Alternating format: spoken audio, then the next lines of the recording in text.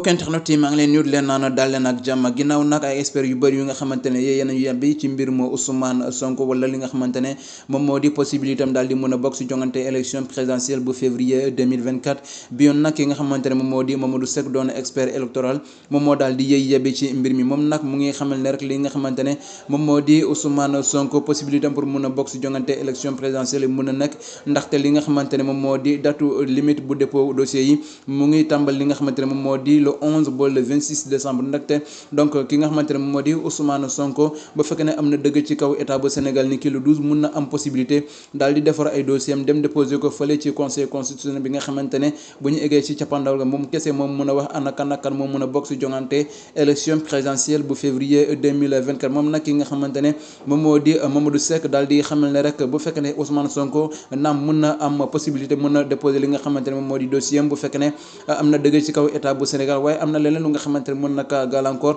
ndaxte li nga xamante ne moom moo di datu limite bu dépôt parrainage yi ñu ngi koy fixé ni ki le 12 te audience bi nga xamante ne ci la Ousmane Sonko nar a sëgg ak li nga xamante ne moom moo di état bu Sénégal le 12 lañ ko nar a amal donc li nga xamante ne moom moo di datu limite bu dépôt parrainage yi mën doon gàllankoor bu baax a baax ci li nga xamante ne moom moo di possibilité Ousmane Sonko daal di mën a bokk ci jongante élection présidentielle bu février 2024 moom nag ki nga xamante ne moom moo di Mamadou Seck doon expert électoral mu nga xamal ne boo fekkee ne li nga xamante ne moom moo di mbirum dépôt li nga xamante ne moom moo di dossier code Ousmane Sonko mun na am possibilité bu fekkee ne am na dëgg ci kaw état bu Sénégal mu daal di defar ci lu mu gën a gaawee li nga xamante ne moom moo di ay dossier am yóbbee ko foofee fi nga xamante ne moom moo di commission de contrôle bu nekkee ci li nga xamante ne moom moo di conseil constitutionnel waaye li nga xamante ne moom moo indi njàkkare ci li nga xamante ne moom moo di mbir mi comme ni nga xamante ne moom Mamadou Seck wax na ko mooy li nga xamante ne moom moo di date limite bu dépôt parrainage bi nga xamante ne ni ki le 10 décembre lañ ko daal di fixé te date bi ñu mel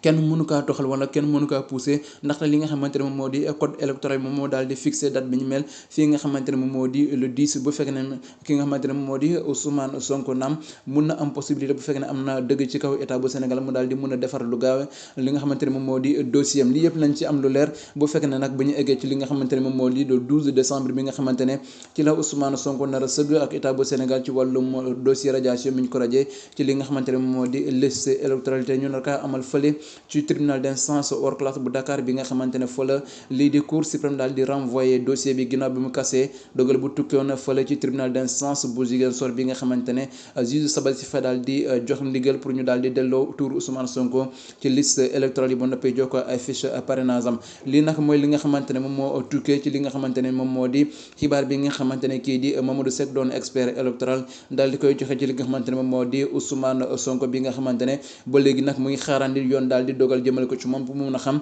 ndax dina mun a bokk si jongante élection présidentielle bu février 2024 am déet mbokk yi nañ toppal mbir mi lépp li nga xamante ne rek jëlee nañ ko ci xibaar mu ñel li nga xamante ne moom moo di dossier bu Ousmane Sonko rawatina li nga xamante ne moom moo di audience bu nar a dox digganteem ak état bu Sénégal ni kii le 12 bi ñu demal fale ci tribunal d'instance hors classe bu Dakar bi nga xamante ne moom moo nar a daal di sëgg ci mbir mi nañ delluwaat fii nii yekkee leen ko incha allah waaye problème moom nag jàpp leen ne rek ginnaaw expert yu bëri yu nga xamante ne daal di wax li nga xamante ne moom moo di mbirum Ousmane Sonko maanaam possibilité am daal di bokk ci li nga xamante ne moom moo di jongante élection présidentielle bu février 2024 bi nag ki nga xamante ne moom moo di Mamadou Seck doon expert électoral moom moo daal di yebbi ci mbir mi mu ngi xamal ne rek bu fekkee ne Ousmane Sonko am na dëgg ci kaw état bu Sénégal ni kii le 12 dina mën a am possibilité daal di defaree lu gën a gaawee li nga xamante ne moom moo di dossier am dem déposer ko fi nga xamante ne moom moo di commission de contrôle bu nekkee fële ci cour